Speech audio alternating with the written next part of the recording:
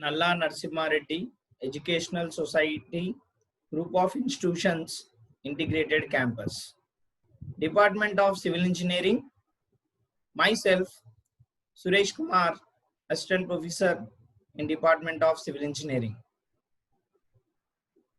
In lecture 10, I am going to explain about forebearings and back bearings, how to calculate these forebearings and how to calculate these back bearings, and how to identify the forebearings as well as back bearing. The bearing taken in forward direction of survey line is known as forebearing. See, the surveyor stands at station A and observing, taking the reading by coinciding this ranging rod at station B, and if you have taken the readings in compass, either it may be a prismatic compass or surveyor compass, you have observed the reading and have taken, that is known as forebearing. Bearing taken in backward direction. See, what we'll do here in back bearing means we take the backside of your station. There will be a, if you are conducting a survey, there will be a n number of stations. In that particular stations, I have observed one station forward, and if I reversed and taken the backside of my station, I have taken the reading, that is known as back bearing. The bearing taken in a backward direction of survey line is called as back bearing. Now, in this, what is magnetic declination? What is magnetic declination? The magnetic declination is the horizontal angle between the magnetic meridian and true meridian. I have told what is magnetic meridian and what is true meridian. The angle between these magnetic meridian as well as true meridian is known as magnetic declination. When the north end of the magnetic needle is pointed towards the west side of true meridian, the position is treated as declination towards west. So there will, due to this, there will be a declination. There is a wrong measurement of taking due to the declination of your needle due to the magnetic deflection. So we need to detect the declination. So how, where it is declinated, declination towards west or declination towards east, we need to identify. So if your declination is towards west, then it is nothing but when the north end of the magnetic needle pointed towards the west side of the true meridian is known as declination towards west. When the north end of the magnetic needle is pointed towards the east side of the true meridian, then the position is treated as declination towards east. So these are the points we need to remember for finding the declination towards west and finding the declination towards east. So if you observe this figure, in this clearly indicates where the declination is going to occur. See, this is the magnetic needle. In this magnetic needle, it will be deflected towards east. So it is deflecting towards east. If it is my line, it is deflecting towards west. So we need to find how much the declination is occurred in the compass. So that declination value we need to correct, then only you will get the appropriate value of your bearings. So here there will be a dip. What is this dip? mainly we see in the compass this dip of the magnetic needle. What is the dip of the magnetic needle? So here there will be a dip is the inclination of magnetic needle with the horizontal northern end is deflected down in the northern hemisphere. So while the southern end is deflected down in southern hemisphere. So dip is a 0 at equator. So see, there is a at equator there is no inclination occur. So without inclination there will be a no declination is also occur. So the at the equator your value is 0. So now the inclination from the horizontal plane, if you observe here in this drawing, this is a horizontal plane. In this horizontal plane your magnetic needle is deflected.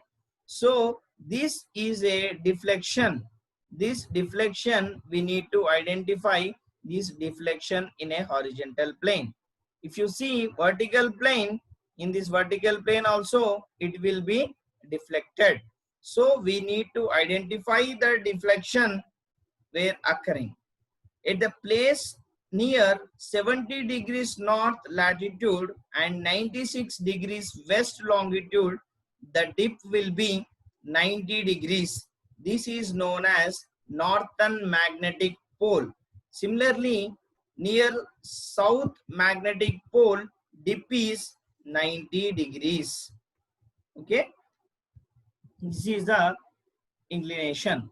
If you observe here also, if this is a horizontal plane and this is a vertical plane.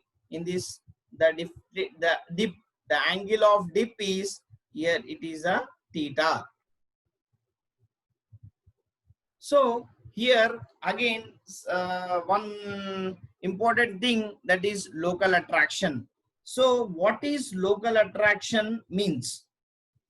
See, what happens means this compass will works on the magnetic needle.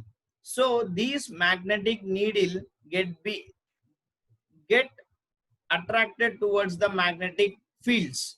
So the error introduced in the direction of magnetic needle due to the magnetic materials such as iron ore, steel structures, electrical cables, conveying current, etc. So whenever you are using this compass in a field, there will be a steel structure buildings, iron ores, and elect electrical cables. So due to these electric field materials, magnetic materials, these magnetic needle get deflected. So there is a chance of getting deflection of that particular needle. So then it does not show the actual north. This phenomena is known as local attraction. So how to identify this local attraction? If you are taking a compass and in a field you are collecting bearings, how to identify whether your observations taken in a field are not affected by local attraction? We need, if you want to know that your forward bearing minus back bearing will should be equal to 180 degrees.